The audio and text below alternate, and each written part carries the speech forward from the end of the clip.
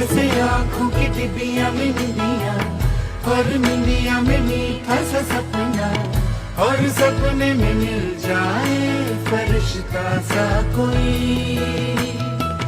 जैसे रंगों भरी पिचकारी, जैसे तितलियां फूलों की क्यारी, जैसे बिना मतलब का प्यारा रिश्ता हो कोई। ये तो आशा की लहर है,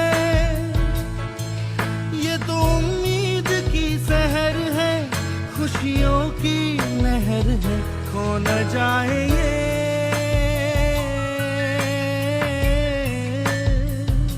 तारे ज़मीन पर। नमस्कार दर्शकों, ग्रैंड एशियन न्यूज में एक बार फिर आप सभी का स्वागत है। हाजिर हूं आपके साथ एक ऐसी शख्सियत के साथ। मैं बात कर रही हूं अयूब खान की, युवा कांग्रेस अध्यक्ष, पूर्व लोकसभा। यहाँ इनकी ये पहचान है और कांग्रेस के सक्रिय कार्यकर्ता जहाँ रहे हैं, वहीं भारत जोड़ो यात्रा में भी अपनी एक अहम भूमिका इन दिनों उन्होंने निभाई है। तो सबसे पहले हम उनका स्वागत करते हैं। सर, आपका स्वागत है। धन्यवाद। ग्रैंड एशियन के जितने भी दर्शक हैं उनको जोहार, नमस्कार।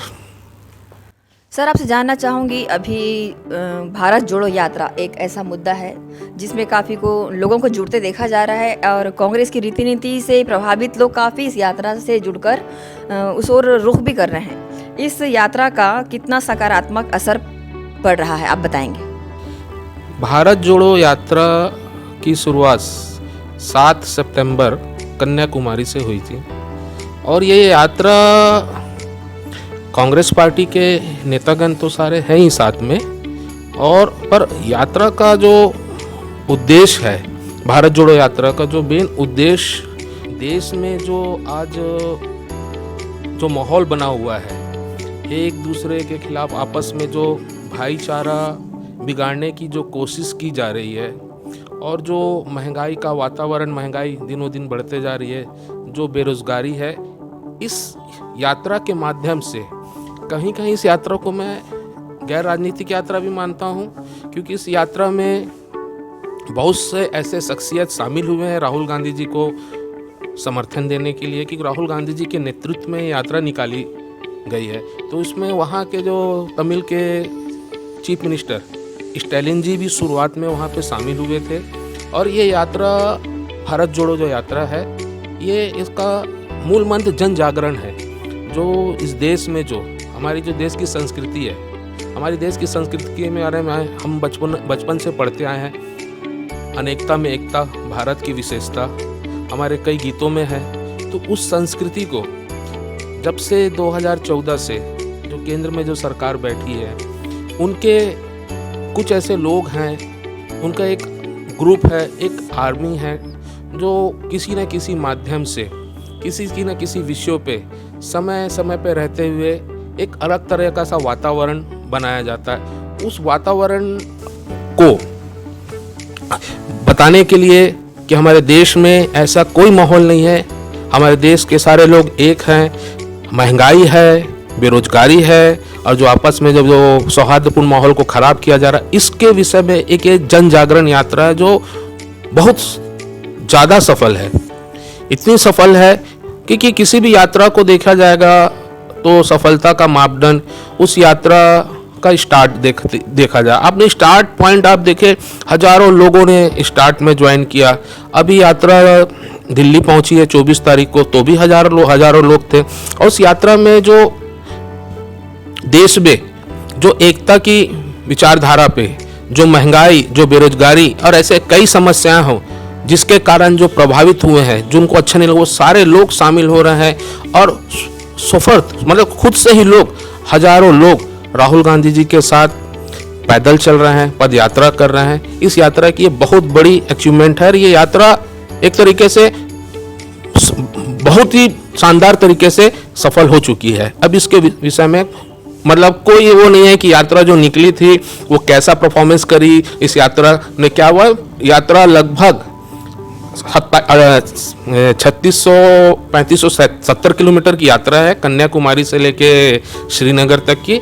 और पहले पखवाड़े में, अभी जो दिल्ली में यात्रा, उसमें 2740-50 के आसपास यात्रा ने अपना जो गंतव्य स्थान फर्स्ट फेज कंप्लीट कर चुका है और भारी सफलता के साथ। और युवाओं का मतलब सारे लोगों का इस यात्रा में मैंने देखा कि सामाजिक लोग भी आ रहे हैं, गैर राजनीतिक लोग भी आ रहे हैं। और यात्रा जिस रूट से गुजरती है, जैसे कि एक यात्रा है फॉर एग्जांपल अपने जो भिलाई का सेंट्रल एवेन्यू है, उस यात्रा का रूट ऐसे दुर्ग से जैसे बस स्टैंड होते हुए भिलाई का सेंट्रल एवेन्यू होते हुए निकलेगी, तो उस आसपास में कांग्रेस पार्टी के कार्यकर्ताओं के अलावा आसपास के पूरे शहर के लोग जैसे हो, भिलाई के जैसे लोग उमड़ पड़े, वैसे वहाँ हर रास्ते में उमड़ जा रहे हैं। और हर कोई राहुल गांधी जी को देखना चाह रहा है। राहुल गांधी जी उनका अभिवादन करते हैं, बड़े अच्छे से, बड़े सादगीपूर्ण तरीके से उनसे मिलते हैं, बातचीत करते हैं, लोगों से चर्चा करते हैं। जैसा कि कोविड पहली दूसरी लहर गई, अब तीसरी लहर आने वाली है दस्तक, ऐसा माना जा रहा है। लोग इसको चुनावी स्टंट भी मार रहे हैं, क्योंकि जहां जहां राहुल गांधी की यात्रा जा रही है या जाने वाली है या जाएगी, या हो सकता है उनकी मुहिम और लगातार जारी रहे, कोविड को जोड़ करके इस यात्रा को रोकने की कोशिश की जा रही, ऐसा चर्चाओं का दौर है। क्या कहना चाहेंगे इस पे? मुझे भी ऐसे ही लगता है। अचानक जिस दिन वो क्या हमारे देश के जो स्वास्थ्य मंत्री हैं, उन्होंने राहुल जी को चिट्ठी लिखी कि यात्रा में विराम दो करके, उसी दिन से मैं सारे न्यूज़ चैनलों को देख रहा हूं, तो भारत जोड़ो यात्रा रोक, मतलब भारत जोड़ो, और दूसरी तरफ चीन में महामारी फैली है। उसी दिन के बाद इतना तेजी से, मतलब ये हर न्यूज़ चैनलों में, राष्ट्रीय न्यूज़ चैनलों की बात कर रहा हूँ मैं, राष्ट्रीय न्यूज़ चैनलों में वो हर न्यूज़ चैनल में आप चीन में इतना परिचय, तो एक तरीके से माहौल तो बनाया जा रहा है। अब इसकी सच्चाई क्या है थोड़ा सा समझना होगा कि वाकई में ये माहौल बनाया, क्रिएट किया जा रहा है, इस यात्रा को रोकने के लिए कोशिश की जा रही है। कोशिश तो की जरूर जा रही है, तो चाह ही नहीं रहे हैं कि यात्रा यहाँ से निकले, क्योंकि हमारा जो इसके बाद का जो 3 जनवरी से जो सेकंड फेज का जो यात्रा की शुरुआत है वो कश्मीर तक है, और वो भी बहुत सफल होगी। हमारी यात्रा ज़्यादातर जिन राज्यों में गुजरी है, उसमें अभी तक राजस्थान में ही हमारी सरकार है, और राजस्थान में सरकार है, बाकी 1-2 राज्यों में तमिल में हमारा समर्थन हासिल है। लेकिन बाकी राज्यों में हम लोगों ने जितनी जो यात्रा करते हुए आए हैं, उस यात्रा में जो खुद लोग इतना जोशो खरोश से उमड़े हैं, जो स्वागत सत्कार के, स्वाभाविक है जिस राज्यों में सरकार है वहाँ स्वागत सत्कार तो ज़्यादा अच्छा होगा, क्योंकि हमारे पार्टी के सर्वोच्च लीडर हैं वो, हमारे पार्टी की जान है वो, तो वहाँ पे सारे नेता अपनी जी जान। बाकी दूसरे राज्यों में जहाँ पर 2500 साल से कांग्रेस की सरकार नहीं थी, उन राज्यों में भी राहुल गांधी की जो भारत जोड़ो यात्रा, उसके लिए भी बहुत जोरदार जोश दिखा। कर्नाटक में तो मैंने देखा कि कर्नाटक में तो सुबह 5 बजे से लोग, आप कभी देखा होगा, कभी सुने होंगे कि सुबह 5 बजे यात्रा की तैयारी होती है, 6 बजे राहुल जी निकल लेते हैं।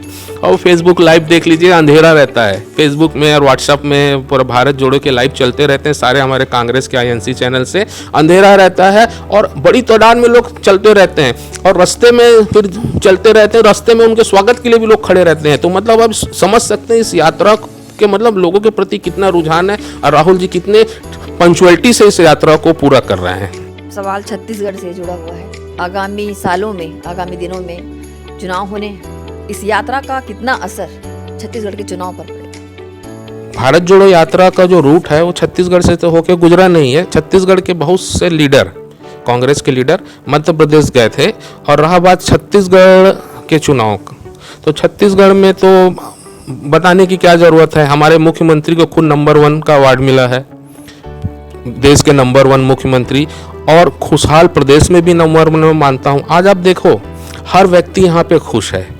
आप किसान को देखो खुश है, व्यापारियों को देखो खुश है, उद्योगपतियों को देखो आप खुश है, मतलब युवा खुश है, रोजगार है, इतने सारी योजनाएं मुख्यमंत्री साहब, आदरणीय मुख्यमंत्री भूपेश बघेल जी ने इतनी योजनाएं जो छत्तीसगढ़ सरकार में लाई है, उसमें एक तरह का अलग सा एक वातावरण बन गया खुशी का माहौल। मतलब जो विपक्षी पार्टी है भाजपा, उनको एक स्पेस नहीं मिल रहा है कि हम किस विषय में चर्चा करें। तो सरकार तो बहुत अच्छा काम कर रही है, और 1-2 विषय में एक समय ऐसा भी आया जब मैं राहुल जी से मिला तो मैं आदरणीय प्रदेश गवर्नमेंट के, मतलब मुख्यमंत्री के और छत्तीसगढ़ प्रदेश के सारे मंत्री विधायकों की प्रशंसा भी की। हमारे प्रदेश में कांग्रेस बहुत अच्छा काम कर रही है।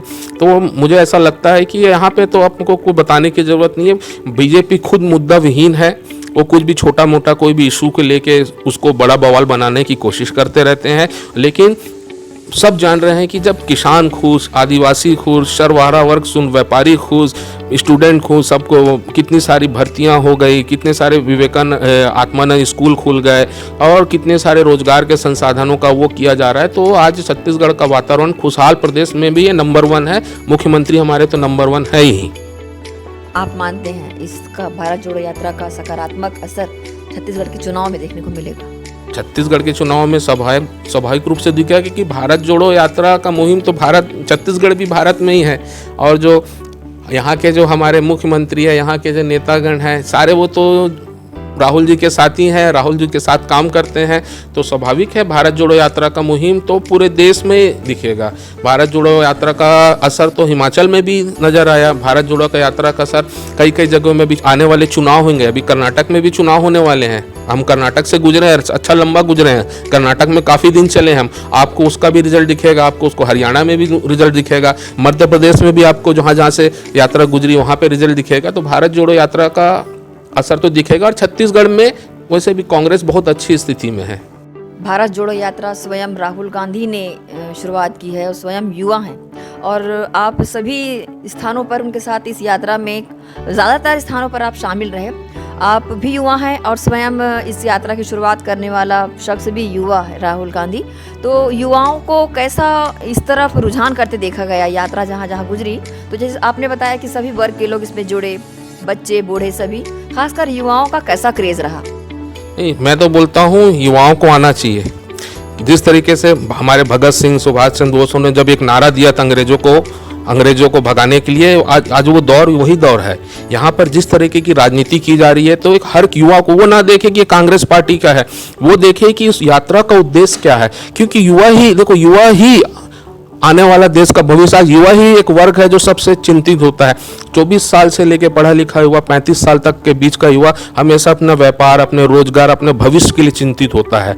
ये वो दौर है। तो अपन 35 जगह पर 40 साल तक भी बोल सकते हैं। ये वो दौर है, उस दौर के सारे युवाओं को जुड़ना चाहिए कि आने वाला जो भविष्य, क्योंकि आपको ये ऐसा उलझा के जात पात में उलझा के रख देंगे। और क्योंकि जात पात में उलझने के बाद आदमी आगे चीज़ों को देखता नहीं है, इसलिए इस राहुल जी की इस मुहिम में खुद आना चाहिए। मैं स्वयं अपने संसाधनों से मैं स्वयं जा रहा था, क्योंकि मेरे को जो यात्रा का जो उद्देश्य है इतना महत्वपूर्ण लगा, क्योंकि ये सच्चाई है।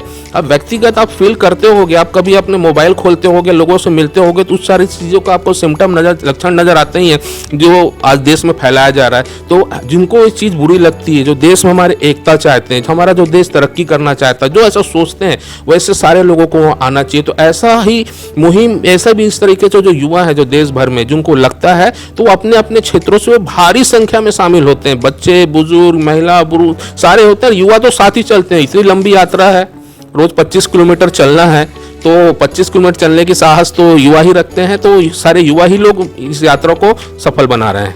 यात्रा को लेकर चर्चा हमने आपसे की और कई सारे जवाब जो आपने बेबाकी से दिए। राहुल गांधी की इस यात्रा को काफ़ी आपने देश के लिए कारगर भी बताया। बिल्कुल बिल्कुल। मैं तो इस मुहिम में जो मुहिम है जो राहुल जी ने निकाला है, तो मैं सारे जो युवा हैं, जो सारे इस देश के नागरिक, उनसे आपके चैनल के माध्यम से मैं अपील करना चाहता हूं कि इस यात्रा में जुड़े। और राहुल जी की यात्रा तो सफल है ही, लेकिन आप भी अपनी भागीदारी को बनाएं, ताकि कभी याद करें तो इसी जब एक बड़ी मुहिम निकली थी इस देश में एकता की बात के लेके राहुल जी निकले थे, तो उसमें भी हम 2 कदम चले थे, 2 चले थे, 4 चले थे, जितने भी कदम हो सके हम चले। तो आपको आने वाले समय में इसमें फक्र और गर्व का महसूस होगा। मैं जहाँ जहाँ चला लोग जुड़ते गए, कारवा बनता गया। जी हाँ, इसी सोच के साथ राहुल गांधी ने भारत जोड़ो यात्रा की शुरुआत की है और इस यात्रा में काफ़ी लोग जुड़ भी रहे हैं और अपनी भूमिका भी निभा रहे हैं। चाहे युवा कांग्रेस के लोग हों, पदाधिकारी हों, नेतागण हों, सभी इस यात्रा का समर्थन कर रहे हैं, खुले दिल से इसकी प्रशंसा भी कर रहे हैं। ये भारत जोड़ो यात्रा को लेकर जो हमने चर्चा की पूर्व अध्यक्ष लोकसभा दुर्ग अयूब खान से, उन्होंने काफ़ी जवाब हमको सकारात्मक तौर से दिए, भारत जोड़ो यात्रा को कारगर भी बताया। नमस्कार। तूफान उठे, मुश्किल भले मौसम मिले, बढ़ते कदम न रुक पाएंगे, कोई रोक सके तो रोक ले। आभास है विश्वास है, जन जन में मन की आस है, अब तोड़ ना सके